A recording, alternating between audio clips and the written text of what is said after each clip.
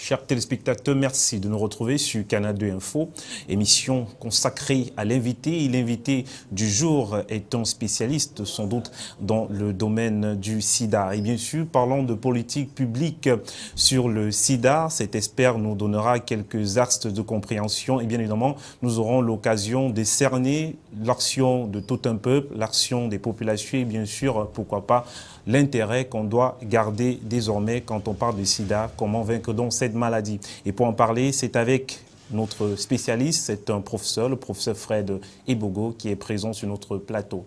Merci et bienvenue à vous, professeur. Merci beaucoup. Alors, professeur, vous allez vous présenter à nos téléspectateurs pour qu'ils puissent déjà entrer en contact avec vous. Alors, je m'appelle Fred Ebogo. Je suis politiste et sociologue à l'Institut de recherche pour le développement, qui est un institut de recherche public français.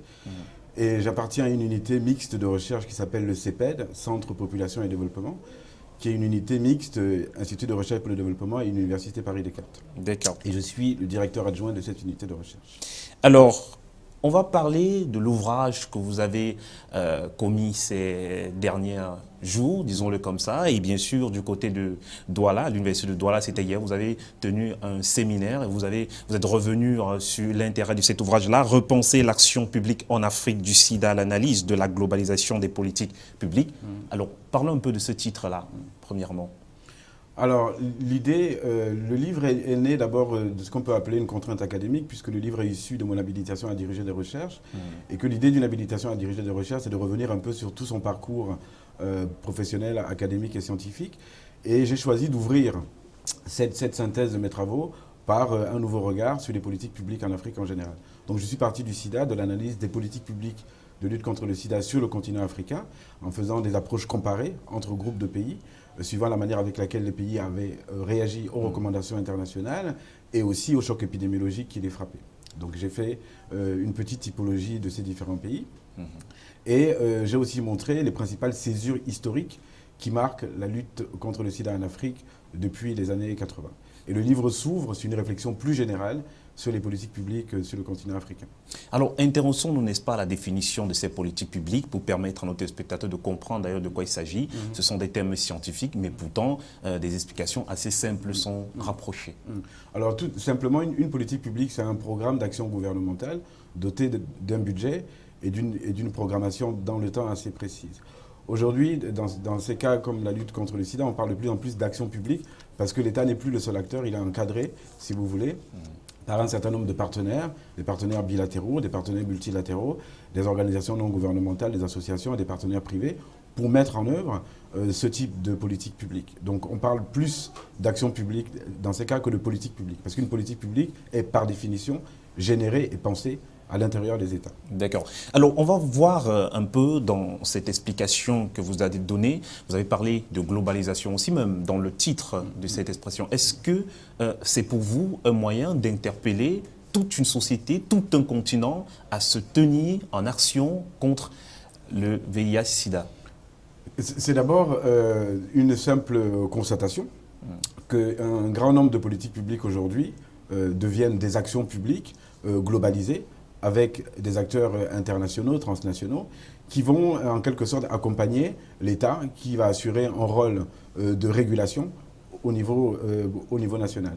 Mais il y a des politiques publiques qui sont moins encadrées au niveau international que d'autres. Oui. Et la lutte contre le sida est une illustration magistrale de la manière avec laquelle la communauté internationale et les États peuvent mener de concert une action publique. Et ce que j'ai essayé de faire, c'était essayer de comparer les différents types d'acteurs présents dans la lutte contre le sida avec d'autres pathologies comme la tuberculose et le paludisme. Et ensuite, j'ai essayé de comparer la présence de ces différents types d'acteurs, organisations internationales, coopération bilatérale, etc., avec ce qui se passe dans d'autres secteurs, notamment le secteur de l'éducation et celui de la biodiversité. Et à partir de ce raisonnement par récurrence, on peut dire, j'ai constaté que pour toutes ces politiques publiques que je viens de citer, nous assistons toujours à la présence d'au moins une organisation internationale, de plusieurs partenariats bilatéraux entre les pays africains et leurs partenaires du Nord ou d'autres partenaires du Sud, la présence quasi systématique des grandes organisations non gouvernementales, suivant les secteurs, des associations, donc des représentants de la société civile, des personnes concernées. Dans le cadre de la lutte contre le sida, il est impératif que les personnes vivant avec le VIH soient présentes et tous les groupes qui sont particulièrement touchés, des partenaires privés. Et tout cet ensemble va fonctionner de manière différente suivant le sous-secteur dont on parle. Et dans le cadre de la lutte contre le sida, les progrès considérables qui ont été réalisés depuis les années 80, avec une accélération dans les années 2000, avec la massification de l'accès aux médicaments, aux fameux antirétroviraux, les ARV, marquent un tournant majeur dans la réflexion sur les politiques publiques.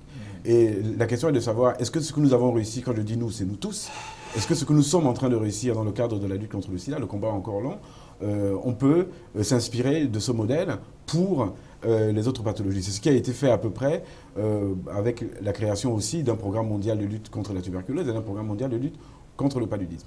Et on constate que ce processus marque aussi une relative dépendance des États, une dépendance financière. Évidemment, toutes les plateformes dont je viens de vous parler sont aussi accompagnées de financement. Dans le cas qui nous intéresse, il y a plusieurs bailleurs de fonds, dont un principal, en tout cas au Cameroun, qui s'appelle le Fonds mondial de lutte contre le sida, la tuberculose et le paludisme.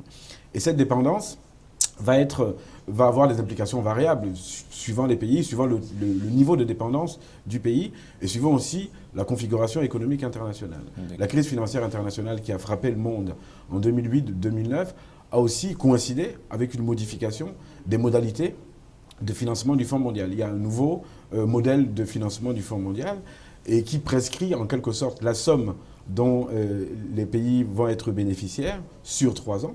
C'est-à-dire qu'on dit à un pays, vous allez bénéficier de tant de millions de dollars ou d'euros pendant une période de 3 ans. Et à partir de cette somme, on vous demande de rédiger avec vos partenaires une note conceptuelle qui va être adressée au Fonds mondial, avec un accompagnement d'ailleurs du Fonds mondial pendant tout le procédé, et qui aboutit au décaissement de la somme si la note conceptuelle est jugée adéquate. Alors, est-ce que ces travaux de recherche que vous menez seront justement appliqués? Parce que le plus souvent, on va dire, les travaux que nous menons vont rester dans les laboratoires. À quel moment vous proposez ces travaux-là? Est-ce que c'est déjà fait? Du moins, quel est, n'est-ce pas, le rapport que vous entretenez avec les pouvoirs publics lorsque vous menez de tels travaux? La question est très pertinente. Dans une phase précédente, nous, mes collègues de l'IRD et d'autres, notamment les chercheurs camerounais, nous avons travaillé précédemment sur un grand programme d'évaluation de la décentralisation de l'accès aux antirétroviraux au Cameroun. Et ce travail a été fait évidemment en concertation avec les pouvoirs publics. Et quand nous avons sorti le rapport qui a été publié sous forme d'ouvrage, c'est le ministre de la Santé du Cameroun qui l'a présenté au grand public, donc qui s'est réapproprié le travail. Après, l'application revient évidemment au pouvoir public, mais l'idée, et c'est pour ça que votre question est cruciale, l'idée est que pendant nos travaux, qu'on puisse rendre des comptes réguliers, non seulement à ceux qui financent ce travail, en l'occurrence l'Agence nationale de recherche sur le sida, mais aussi les pouvoirs publics. Et il y a des organes à l'intérieur des ministères de chacun des pays qui sont aussi censés assurer la coordination entre les résultats de la recherche et la mise en œuvre de ces recherches. Dans le travail que nous menons actuellement sur les questions de gouvernance et de sida, à partir des instances de coordination nationale du Fonds mondial, nous prévoyons évidemment des restitutions inclusives auprès des pouvoirs publics et des partenaires présents dans ces instances de coordination nationale. Donc c'est essentiel, dans ce cadre-là en tout cas, non seulement de rendre les comptes, mais de faire en sorte qu'on puisse discuter avec les pouvoirs publics tout au long de la recherche et qu'ils puissent avoir des résultats de toute l'évolution de nos recherches. Maintenant, après, la responsabilité de mise en œuvre revient évidemment au pouvoir public et c'est une vraie responsabilité politique. Il faudra les appuyer en tout cas. Alors, je vais vous interroger sur les PowerPoint que vous avez jetés lors du séminaire. Il se peut que vous avez fait un travail comparatif entre le Burundi, la Côte d'Ivoire et le Cameroun, si je ne me trompe pas. Je sais pas. Alors, le travail comparatif qui est mené en ce moment, oui. Dans le cadre d'un projet financé par l'Agence nationale de recherche sur le sida, qui est à Paris, mais qui a aussi un site au Cameroun, c'est une comparaison entre le Sénégal, le Cameroun et la Côte d'Ivoire. Voilà, c'est un travail en cours. Alors maintenant, est-ce que, d'où, n'est-ce pas, il est venu l'idée de faire cette comparaison? Qu'est-ce qu'il y a entre ces 3 pays qui ont suscité une recherche scientifique? L'idée, en général, moi j'aime bien les approches comparées, ça fait partie des socles de mon travail. Et nous avons choisi, mes partenaires camerounais, ivoiriens et sénégalais, nous avons choisi ces trois pays pour plusieurs raisons. D'abord pour une raison de faisabilité.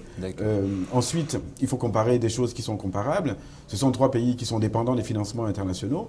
Et dans ces trois pays, il y a deux pays qui dépendent beaucoup des financements du Fonds mondial. Ces deux pays sont le Sénégal et le Cameroun. La Côte d'Ivoire est dans une configuration un peu particulière qui est très intéressante parce que la majorité des financements de la lutte contre le sida en Côte d'Ivoire sont plutôt des financements américains, du programme américain qui s'appelle le PEPFAR. Et du coup, ça nous donne une bonne assise pour la comparaison. Là, je comprends maintenant. Alors, je vais essayer de vous interroger sur quelques modèles, du moins, je ne sais pas si je dois appeler ça modèle. Vous pouvez. D'accord. Alors, sur quelques modèles, lorsque vous avez présenté le Cameroun comme adhésion passif ou actif, je ne sais pas trop l'expression, mais là, ça me fait. Je vous dirai. Alors, dites-le-moi. Alors, les modèles que vous avez vus, il y en avait 4. Voilà, il y avait 4, justement. Et qui partaient d'une réflexion qui a été établie par mes soins sur la manière avec laquelle les États africains ont réagi pendant les années 90, je précise bien, avant la massification de l'accès aux antirétroviraux, aux recommandations internationales, mais aussi aux chocs épidémiologiques qui les frappaient. Et pendant ces années 90, tous ces pays, y compris le Cameroun, mettaient en œuvre cette politique publique et ces recommandations internationales. Et il y avait des pays où il y avait une proactivité plus forte que d'autres. C'était le cas du Sénégal et de l'Ouganda. Et dans le cas du Cameroun, j'ai appelé ça l'adhésion passive. C'est-à-dire qu'on adhère à des recommandations internationales, mais il y avait une mobilisation associative qui était relativement faible et qui a justifié aussi le fait que je parle d'adhésion passive et aussi la parole des sommets de l'État dans tous les pays qui ont été rangés dans cette catégorie, on ne l'entendait pas beaucoup. Ça ne veut pas dire que les politiques publiques n'existaient pas. Et il y a eu un changement avec l'accélération de l'accès aux médicaments et aujourd'hui, le Cameroun serait placé entre l'adhésion passive et la participation active.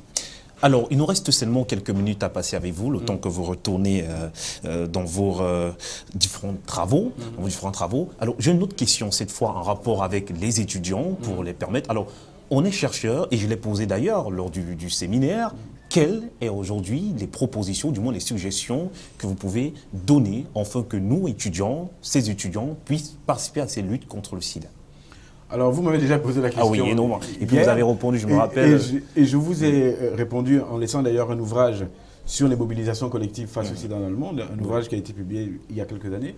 Tout le monde peut, j'ai failli dire tout le monde doit s'engager dans la lutte contre le sida à partir du secteur auquel vous appartenez. Et vous pouvez participer à cette lutte de différentes manières, par la recherche, en sciences sociales, par la recherche scientifique, par la mobilisation associative. Vous avez tout à fait la latitude d'intervenir. Mais la première chose pour se mobiliser, c'est d'avoir l'information et de bien la diffuser. Et ça, au niveau des étudiants, ils peuvent le faire. Moi, j'ai été particulièrement heureux de me déplacer pour faire cette conférence à l'université de Douala, sur invitation du professeur Thomas Atenga, parce que la proposition est partie d'un étudiant. C'est un étudiant camerounais que j'ai rencontré à un colloque à Cotonou, qui m'a dit « Monsieur Eboko, ce serait bien que vous veniez faire une conférence à Douala ». Et je lui ai dit « Je vous promets que je le ferai ». Et je l'ai fait, j'en suis très heureux. D'accord. Alors, monsieur professeur Fred Ebogo, nous sommes donc... Eboko. Avec un K. Avec un K, justement. Nous sommes arrivés presque au terme de cette émission. On ne partira pas sans remercier justement le professeur Atenga, chef du département de communication à l'université de Douala. Sans remercier aussi toute la communauté de l'ACREM, ce laboratoire chargé de la recherche en communication, toujours à l'université de Douala. Et sans vous remercier, vous qui avez accepté ce déplacement pour Canal 2 Info. Tout le plaisir fut pour moi. Merci beaucoup. Alors, chers téléspectateurs, c'est ici qu'on met en terme à cette émission. Et nous serons conclus cette émission en rappelant le titre de l'ouvrage qui vous est proposé désormais afin de mieux comprendre les politiques publiques sur la lutte contre le sida, repenser l'action publique en Afrique du sida à l'analyse de la globalisation des politiques publiques. C'est un ouvrage de Fred Ebogo, politiste et sociologue et directeur adjoint du CPEC. Donc, chers téléspectateurs, restez connectés sur les programmes de Canal 2 Info. Nous sommes avec vous et bien sûr, cette émission, vous pouvez regarder aussi sur notre compte Facebook en tapant Au Sein Junior. Au revoir.